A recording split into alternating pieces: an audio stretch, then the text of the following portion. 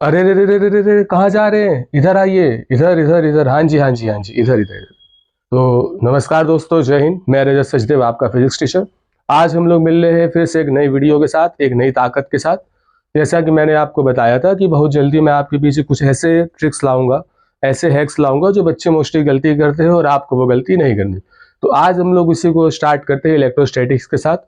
जैसा कि आपको पता है, इलेक्ट्रोस्टैटिक्स आपके बोर्ड पर्सपेक्टिव से एक बहुत ही ज़्यादा इंपॉर्टेंट यूनिट है। इसमें आपको कुछ चीज़ों का ध्यान रखना है।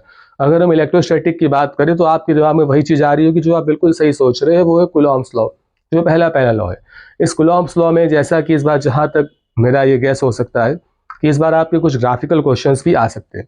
तो ग्राफिकल क्वेश्चंस में आप क्या करेंगे, जब भी आपको कोई ग्राफ बनाने को आ जाए बिटवीन टू फिजिकल क्वांटिटीज, तो आपको सबसे पहला काम ये करना है कि जो दो फिजिकल क्वांटिटीज के बीच में आपको ग्राफ प्लॉट करना है, आप उन दोनों के बीच में कोरिलेशन ढूंढने की कोशिश करेंगे। और वो कोरिलेशन आपको मिलेगी उसके फॉर्मूले से।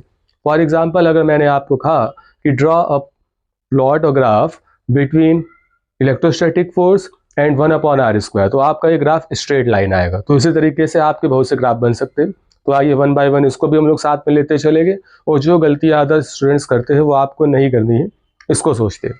तो फर्स्ट जो आपका चैप्टर है वो है इलेक्ट्रिक फील्ड एंड चार्जेस। इसमें जनरली आप इलेक्ट्रिक फील्ड के बारे में पढ़ेंगे, electric field due to point charge. आपका एक कॉन्सेप्ट आएगा इलेक्ट्रिक डाइपोल का। फिर इलेक्ट्रिक डाइपोल के भी आपकी टू डेरिवेशन है, first axial and second equatorial. तो इनकी डेरिवेशंस आपको याद रखनी है। देखिए, लड़ाई तभी जीती जाती है जब आपके पास हथियार के साथ साथ एक रणनीति भी हो। तो वो रणनीति आपको लेकर चलनी है। वो रणनीति कैसे करेंगे कि आपको फॉर्मूले तो लर्न है। देखिए, फॉर्मूले अगर आपको लर्न होगे तो दो चीजें आप कर सकते हो। पहला, न्यूमेरिकल कर सकते हैं, और सेकंड, अगर कोई ग्राफ प्लॉट करने को आ जाए तो आप उसका आंसर दे सकते हैं। या कॉन्सेप्चुअल क्वेश्चंस कुछ डायरेक्ट आ जाए, for example that what happened when we just double the distance between the two charges, then what happened the electrostatic force between two charges becomes 1/4। तो इस टाइप के कुछ क्वेश्चंस आपके पास आ सकते हैं। फिर आपका इलेक्ट्रिक फील्ड लाइंस प्लॉट करने को आती है।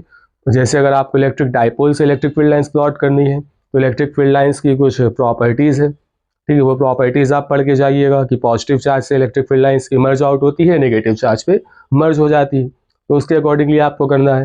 फिर इसके बाद जब आप आएंगे मोस्ट इंपॉर्टेंट गॉस थ्योरम में, तो गॉस थ्योरम के जो एप्लीकेशंस है, जिसमें आपका electric field due to a linear charge, infinitely charge, फिर इसके बाद आपका electric field due to infinitely plate charge, फिर इसके बाद आपका electric field due to thin spherical shell, इसके डेरिवेशन और इसके ग्राफ। वो ग्राफ कभी कभी आपका प्लॉट हो सकता है linear charge density versus kinetic energy of the electron. ये स्ट्रेट लाइन आपका प्लॉट होगा, ये ग्राफ भी आप देखिएगा। फिर इसके बाद जब आप आते हैं इलेक्ट्रिक पोटेंशियल पे, तो इलेक्ट्रिक पोटेंशियल में potential due to point charge, potential due to equatorial position, potential due to axial.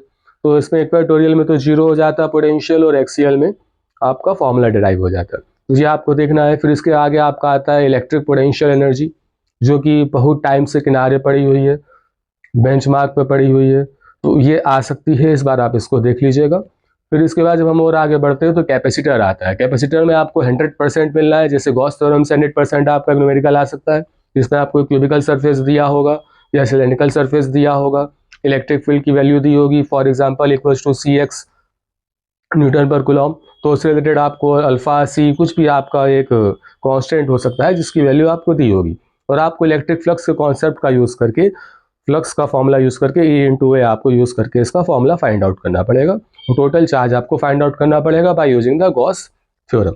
और इसी तरीके से जब हम आगे बढ़ेंगे इलेक्ट्रिक पोटेंशियल में, तो इलेक्ट्रिक पोटेंशियल में आपका इक्विपोटेंशियल सरफेस भी इंपॉर्टेंट है। इक्विपोटेंशियल सरफेस भी आपका आ सकता है। और कैपेसिटर में जब हम बात कर रहे थे, तो कैपेसिटर में parallel plate capacitor equals to epsilon naught A upon small D.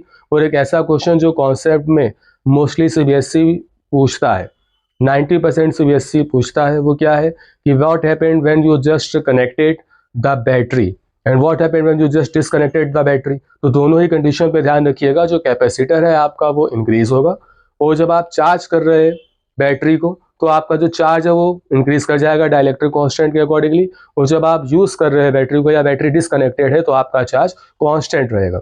इसी तरीके जब आप यूज कर रहे होते हैं तो आपका इलेक्ट्रिक फील्ड और इलेक्ट्रिक पोटेंशियल 1/k टाइम्स हो जाता है। और जब आप चार्ज कर रहे होते हैं बैटरी को, तो उस कंडीशन पे इलेक्ट्रिक फील्ड और पोटेंशियल दोनों कांस्टेंट रहते हैं। तो ये छोटी छोटी ट्रिक्स आपकी हो सकती है।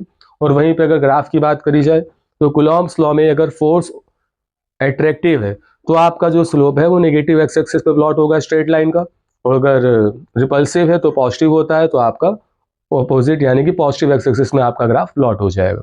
और अगर ऐसी फिजिकल क्वांटिटी कोई आ जाए जैसे आपको गिवन हो तो, और ऐसी फिजिकल क्वांटिटी जो किसी फैक्टर पर डिपेंड नहीं कर रही, ठीक है, तब इस कंडीशन में क्या होगा, आपका एक स्ट्रेट लाइन मतलब पैरेलल टू एक्स एक्सिस आपका प्लॉट फॉर्म हो जाएगा। फिर अगर आप कैपेसिटर में आएंगे तो Q equal to C V आपको फॉर्मूला पता है, C equal to Q upon V, तो इससे आपका ग्राफ आ सकता है। तो ये कुछ इंपॉर्टेंट है जिसमें इसके न्यूमेरिकल्स भी आपको देखने हैं, जैसे कॉम्बिनेशन ऑफ कैपेसिटर्स। तो ये कुछ चीज़ें हैं जिससे आपको हेल्प मिल सकती है। और जो मोस्टली बच्चे गलती करते हैं वो क्या करते हैं, यूनिट की, मोस्टली बच्चे यूनिट्स नहीं लगाते। अगर आप गॉस थ्योरम का कोई एग्जाम्पल प्लॉट कर रहे हैं, कोई एग्जाम्पल लगा रहे हैं या प्रैक्टिस कर रहे हैं उसकी, तो उस कंडीशन पे तो आप देख लेते हैं कि हाँ बिल्कुल सही है, लेकिन बोर्ड में पेपर में करते टाइम आप गलत कर देते। तो उसमें आपको प्रैक्टिस करनी है डायरेक्शन की, वेक्टर की, यूनिट की। बच्चे यूनिट भी नहीं लिखते तो न्यूमेरिकल में मार्क्स कट हो जाते हैं। तो ये चीज़ें आपको ध्यान में रखनी है। तो फिर इसी तरीके से हम लोग ऐसे अलग अलग यूनिट्स के बारे में डिस्कशन करते रहेंगे। और आपको कोई भी डाउट लगे, कुछ भी अगर आपको हो, तो आप मेरे सोशल मीडिया पे आप मुझसे मैसेज करके बात कर सकते हैं, ठीक है। ज़रूरत पड़ने पर मैं आपको कुछ इंपॉर्टेंट नोट्स भी प्रोवाइड करा दूंगा, और अगर कोई डाउट्स हो आपके तो वो भी आप मुझसे पूछ सकते हैं। So best of luck for your board examination 2026। Okay.